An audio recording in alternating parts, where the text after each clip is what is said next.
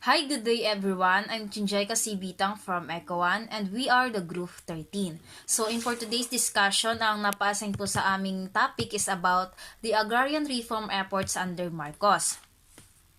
So, President Ferdinand Marcos declared martial law, September 21, 1972, enabling him to essentially wipe out landlord-dominated Congress. So, ibig po sabihin na si President Ferdinand Marcos po ang nagdeklara ng martial law noong September 21, 1972. Kung bakit niya naideklara is nagnanais siyang mapatalsik o mapaalis ang mga landlord-dominated Congress. When we say landlord-dominated Congress, sila po yung may mga malalawak na pagmamayari ng lupain dito sa Pilipinas na kung saan nagkakaroon sila ng maling pagtrato sa mga tenant farmers. When we say tenant farmers, sila po yung mga nangungupahang magsasaka.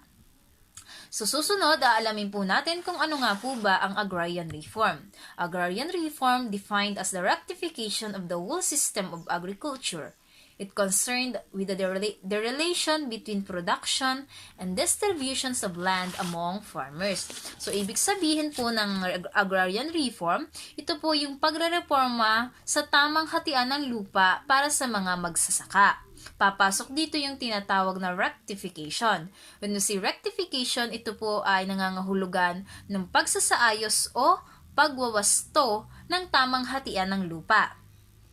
Or pagsasaayos ng sistemang pang-agrikultura. Nilalaman din ng reformang ito ang koneksyon ng produksyon at tamang distribution ng lupain. So, para sa akin, ito yung naisip ni Marcos siguro na paraan para makanta ng mga Pilipinong magsasaka ang nararapat na sa kanila. Sa next slide po, through his technocrats, he was able to expand executive power to start a fundamental restructuring of government, including its efforts in solving structural problems of the countryside. So, ibig sabihin, sa tulong po ng kanyang mga technocrats o yung mga taong nag-a-advocate ng technocracy, nagkakaroon sila ng pagkakataon na magsimulang bumuo ng bagong government or nakokontrol sa mga tao upang magbibigay tulong din para masaayos yung problemang kinaharap ng bansang ito or ng bansang Pilipinas. So next slide, the Presidential Decree number 27 or the Code of Agrarian Reform of the Philippines become the core of agrarian reform during Marcos regime. So itong Presidential Decree number 27 po ang naging tool ni Marcos or ginamit sa kanyang diktatorya sa pagrereforma ng lupa para sa mga magsasaka. Next slide, primary source. Ang primary source po natin itong Presidential Decree number 27.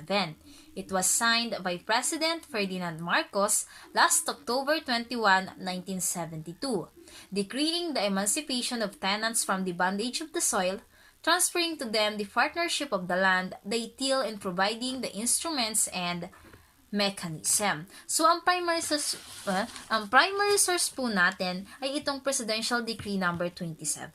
Ito po ay pinirmahan ng ating President Ferdinand Marcos noong October 21, 1972.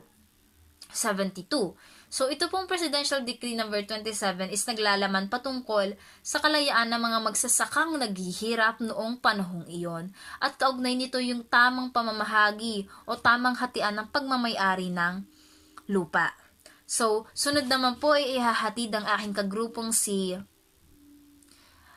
Ralph Cabrera ang nilalaman nitong Presidential Decree number 27. My name is Ralph Joseph Cabrera and I am the next of the reporter.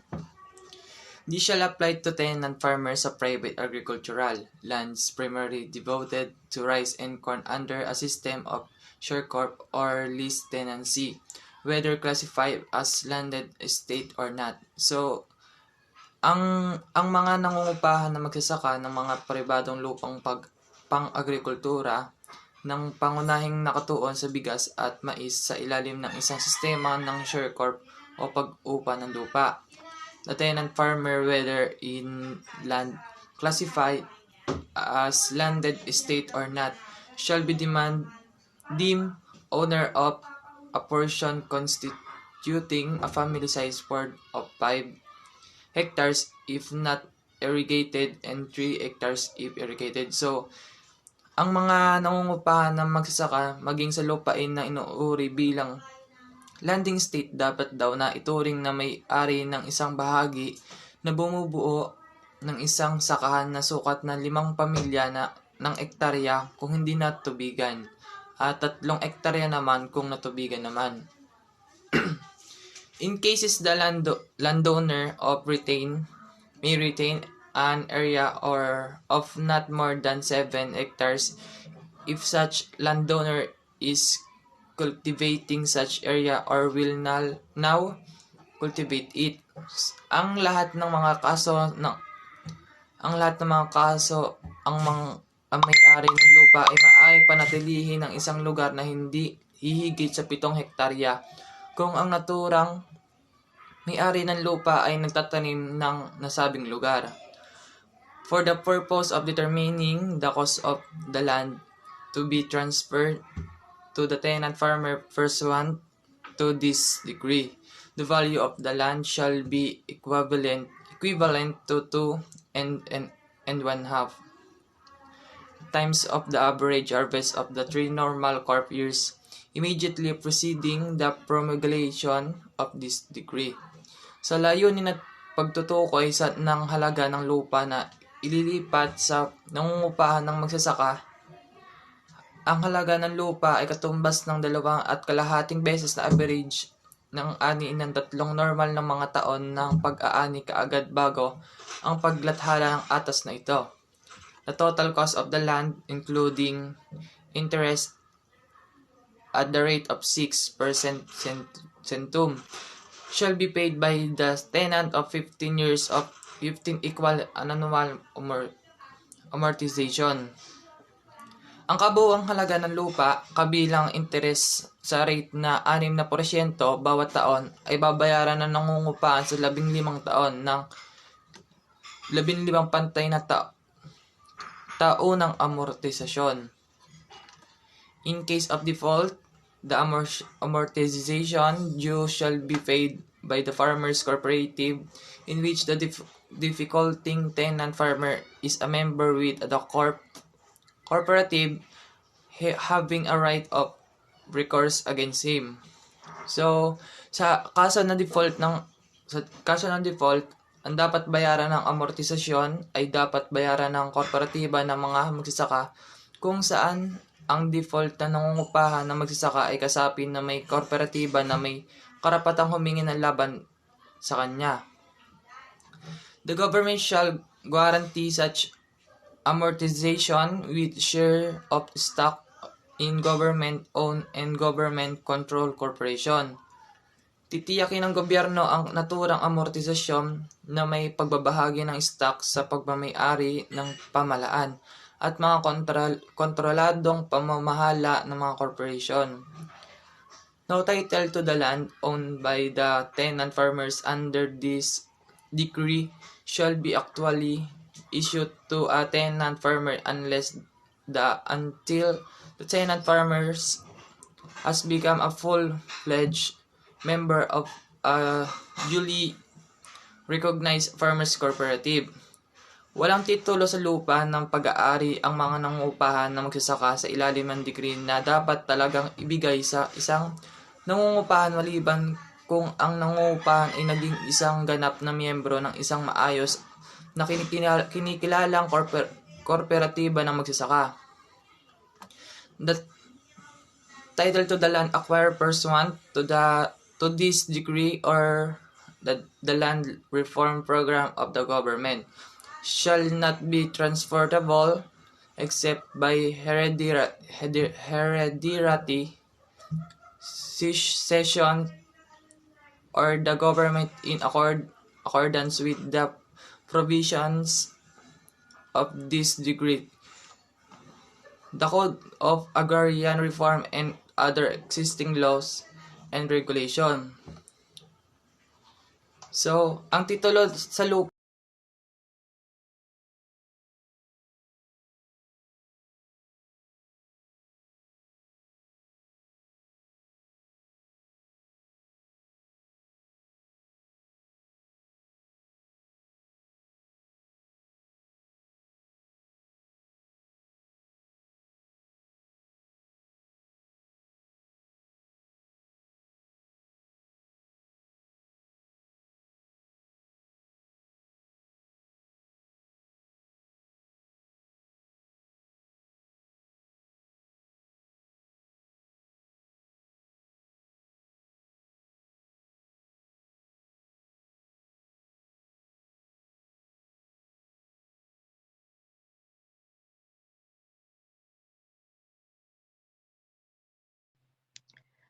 Good day, I'm Diana May H. Divilla from ECO1. So I'll be reporting a part under the topic Agrarian Reform Efforts under Marcos. So first, let's start with defining Operation Land Transfer.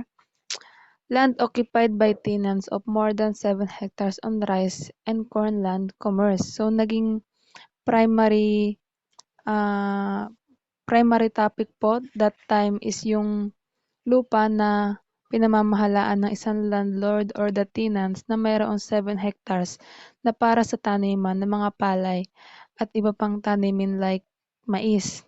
So, naging legal po siya. Agrarian reform seems to be finally achieved dahil din po sa magandang service na ibinigay ng mga farmers noon. At mayroon din po silang legal compulsion na naging dahilan din ng pag pag-achieve ng operation na ito.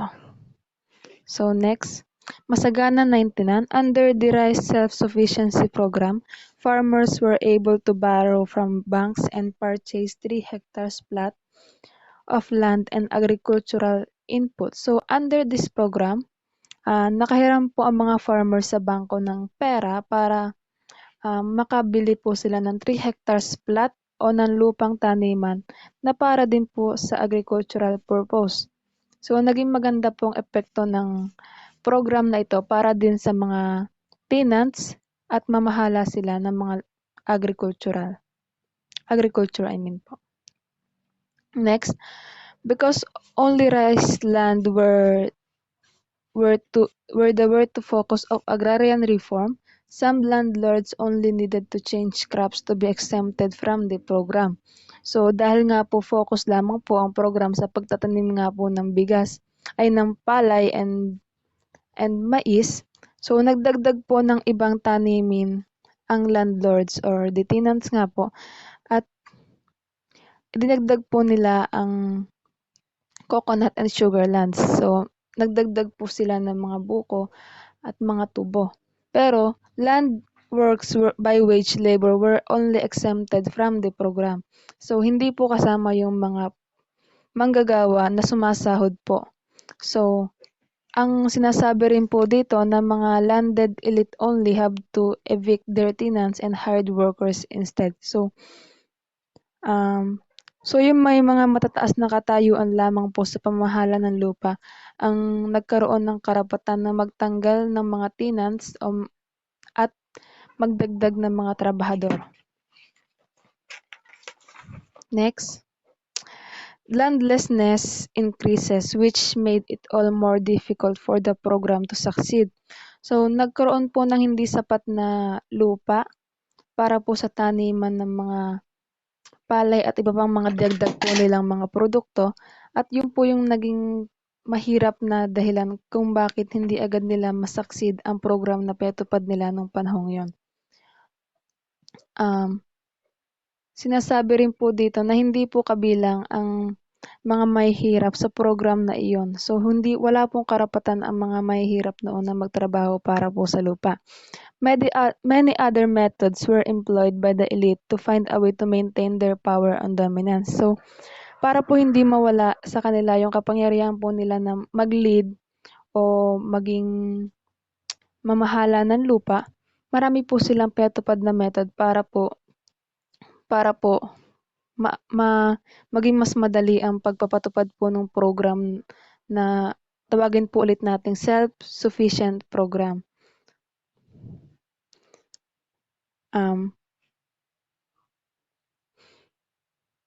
Pero yung sa panahon po iyon, mas naging malala lamang po ang pagpapatupad po nila ng mga program dahil kasagsagan din po noon ng corruption ni President Marcos at ng iba po nilang mga kasama noon. At dahil po dito, ang ibalaang pong mga method na yun ay mas nakasama lamang po sa agricultural sectors.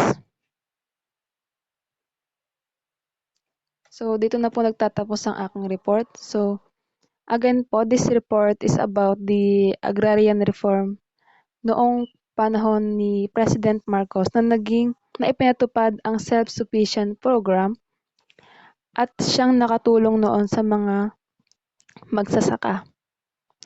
Nagkaroon ng sapat na lupa at tamang pamamahala ang mga tenant under pa din sa pamamahala ni President Marcos na hindi rin naman naging madali dahil na rin nga sa kasagsagan noon ng corruption.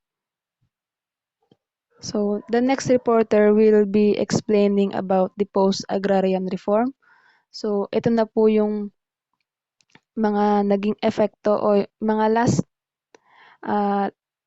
mga last happenings pagkatapos maaprubahan ang agrarian reform.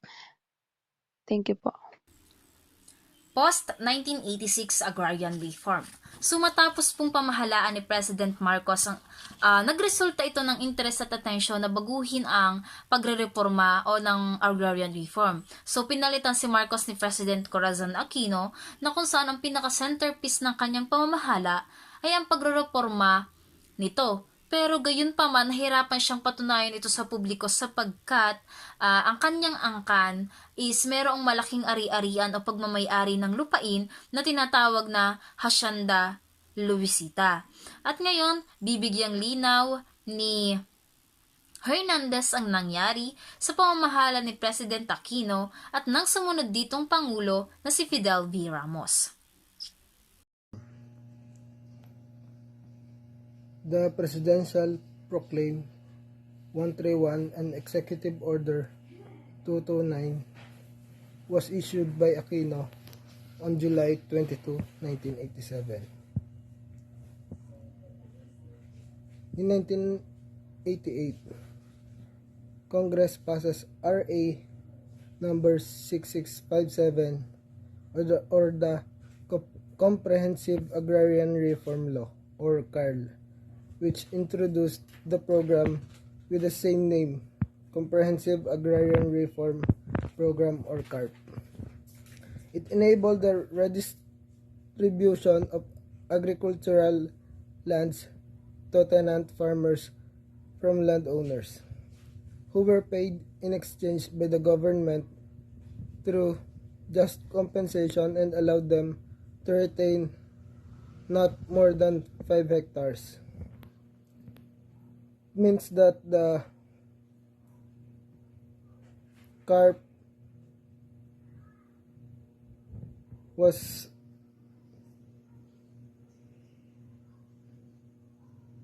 enabling the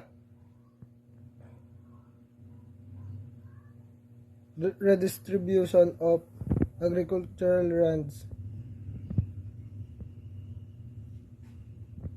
from tenant farmers to tenant farmers from landowners,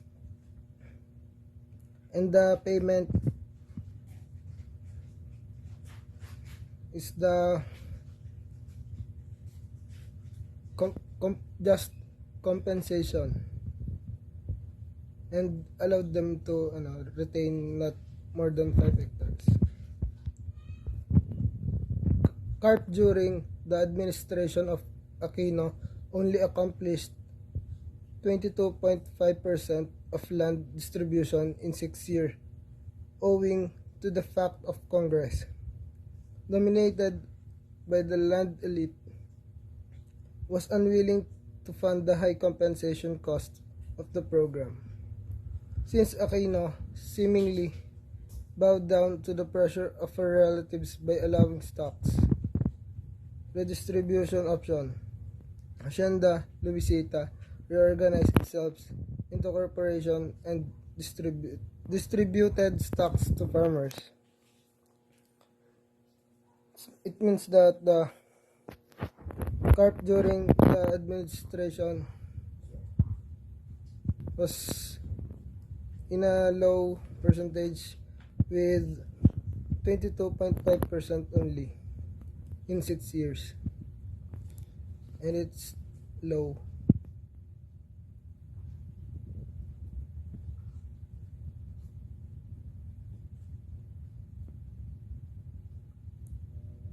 And Aquino seemingly bowed down the pressure of her relatives by allowing stocks. And the Hacienda Luisita is reorganizing by itself into corporation to distribute stocks to farmers. Term of President Ramos. CARP implementation was speeded in order to meet the 10-year time frame despite limitations and constraints in funds, logistics, and participation of involved sectors. By 1996, the Department of Agrarian, or DAR, distributed only 58.25% of the total area target to be covered by the program. To address the lacking fund and the dwindling time for the implementation of CARP, Ramos signed Republic Act number 8532 in 1998 to amend CARL and extend the program to another 10 years.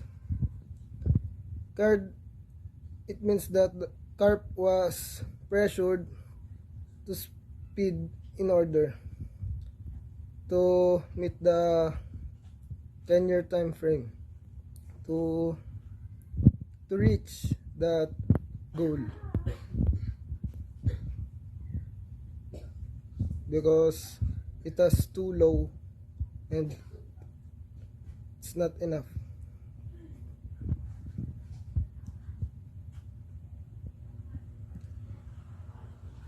The DAR only 58.25%.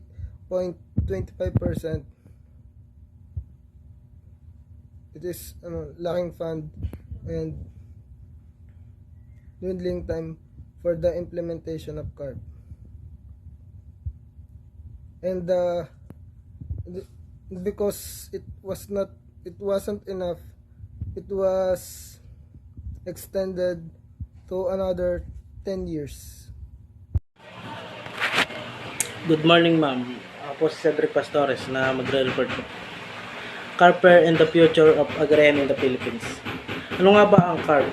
Ang CARP ay Comprehensive Agrarian Reform Program ay isang pagsisikap ng pamahalaan na nagpapakalooban ng mga walang lupang magsasaka sa mga manggagawa sa bukid ng pagmamay-ari sa mga lupang sakahan. Sinasabatas ito ng dating Pangulong Corazon Aquino noong Hunyo 10, 1988 at nakatakdang lubusang maisakautuparan pagdating ng 1998. Ang CARPER naman ang Comprehensive Agrarian Reform Program Extension with Reform ay isang batas na muling iusog ang taning sa pamamahagi ng lupang sakahan sa mga magsasaka ayon sa CARP. Babaguhin din nito ang mga ibang kondisyon na nakasaad sa CARP o sinasabatas ng CARPER noong Agosto 7, 2009. 2008 is the new deadline of CARP, leaving 1.2 million farmers beneficiaries and 1.6 million hectares of agriculture land to be distributed to farmers. Noong 2008 po naman ay naging bagong deadline ang CARP na na-expired ang budget ng CARP ay CARP ay meron pang 1.2 million farmers beneficiaries at 1.6 hektaryang lupain ang pinamimigay sa mga magsasaka. Noong 2009 naman pinirmahan ni President Aquino ang RA 97 number 9700 o yung tinatawag na CARPER o Comprehensive Agrarian Reform Program Extension with Reforms na ito. Yung batas na nagpapatupad ng karagdagang 5 taong palugit sa pamimigay ng lupa sa mga magsasaka. Section 30 of the mandated of case and or proceeding involving the implementation of provision of CARP as amended which are remain pending 30 June 2014 shall be allowed to proceed to its finally as executed even beyond such date.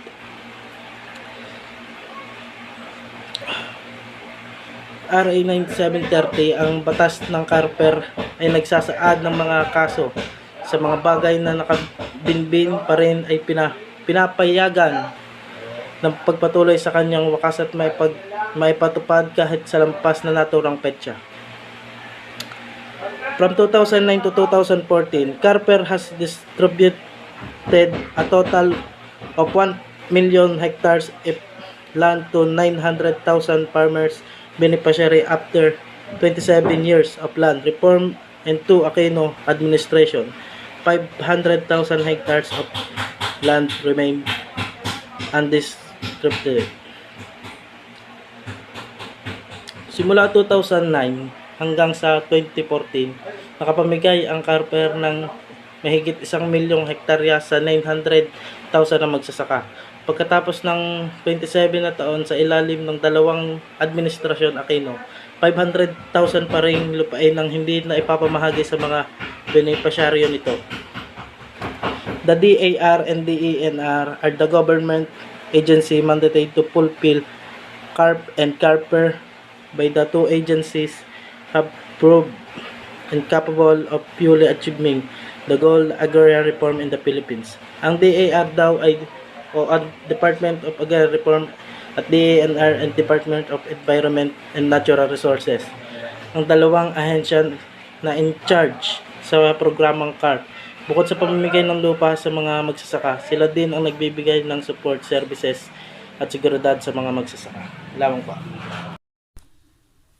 The same problems have plagued its implementation, the powerful landed elite, and the ineffectual bureaucracy of the Philippines government.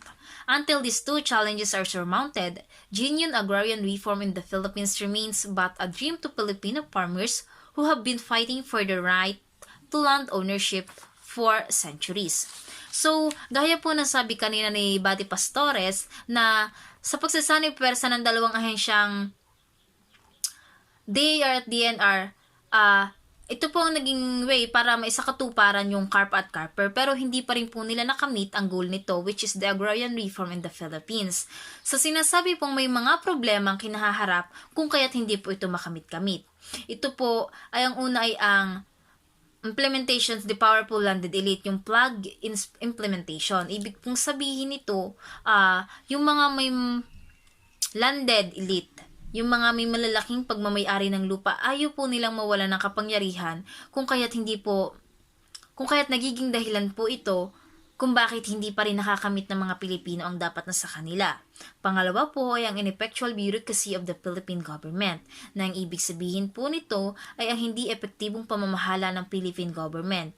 Kaya mapasa hanggang ngayon, hanggang pangarap pa rin po sa mga Pilipino ay ang ipaglaban ang nararapat na para sa kanila. To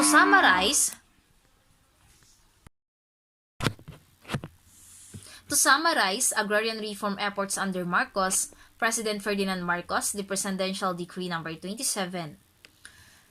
So, una pong topic namin is yung agrarian reform efforts under Marcos. Tinalakay po namin ang about sa Presidential Decree number 27, which is ito po yung naging way or naging tool na ginamit ni Marcos para magkaroon ng tamang pamamahagi at ng distribution ng lupa para sa mga tenant farmers. Pumasok din po dito yung Masagana 99. Ito po yung self-sufficiency program wherein nagpahiram po ang bangko ng pera para sa mga tenant farmers upang sila'y makabili ng kanilang lupa at ng mga kanilang agricultural units na pwedeng gamitin sa pagsasaka. Next is post-1986 agrarian reform. Si President Corazon C. Aquino, naisabatas niya po yung Comprehensive Agrarian Reform Law wherein hindi po naging sapat o hindi po nagtagumpay yung programang CARP na inilabas ni President Aquino noong panahon ng kanyang diktatorya sapagkat marami po ang walang natanggap. Ganon din po sa kay President Fidel Ramos ay pinagpatuloy niya po yung CARP or inagbigay pa nga po siya ng 10 taong, karagdagang 10 taon para maipaabot or para maituloy yung pamamahagi ng lupa na sa ganon ay makamtan ng bawat tenant farmers ang kanilang lupa na dapat mapasa kanila. Ang huli po ay ang CARPER and the Future of Agrarian Reform in the Philippines na pinamahalaan po ni President Gloria Macapagal Arroyo wherein naglabas po siya or nagpasa po siya ng isang batas which is the Comprehensive Agrarian Reform Program Extension with Reforms. Yun po ay ang inilabas ng ating President Gloria Macapagal Arroyo na upang ipagpatuloy pa rin po yung pamamahagi ng lupa. Ngunit, hindi pa rin po sapat ang kanilang pamamahagi. O kung saan, hanggang ngayon is hindi pa rin po nakakamtan ng bawat Pilipino ang dapat na lupain na matanggap nila. Sabi ko nga kanina, meron pong naging dalawang dahilan kung bakit hanggang ngayon hindi pa rin po makamit-kamit ng bansa or ng mga tenant farmers ang dapat na sa kanila. Una nga po yung powerful landed elite, yung mga may malalaking pagmamay-ari ng lupain na ayaw nilang mawala sa kanila yung kanilang kapangyarihan. Ang sunod nga po yung ineffectual bureaucracy of the Philippines government, or ito po yung hindi epektibong pamamahala ng Philippine government. Sumatotal, kung susumahin, sa pamumuno po ng 4 na presidente, na si President Marcos, President Aquino, President Ramos, and President Arroyo, hindi po nagtagumpay ang kanilang programang mga inilabas o programang ipinagpatuloy mula po kay President Marcos. Yun lamang po at maraming salamat. Naway marami po kayong naintindihan at natutunan sa amin pong tinalakay ngayong araw.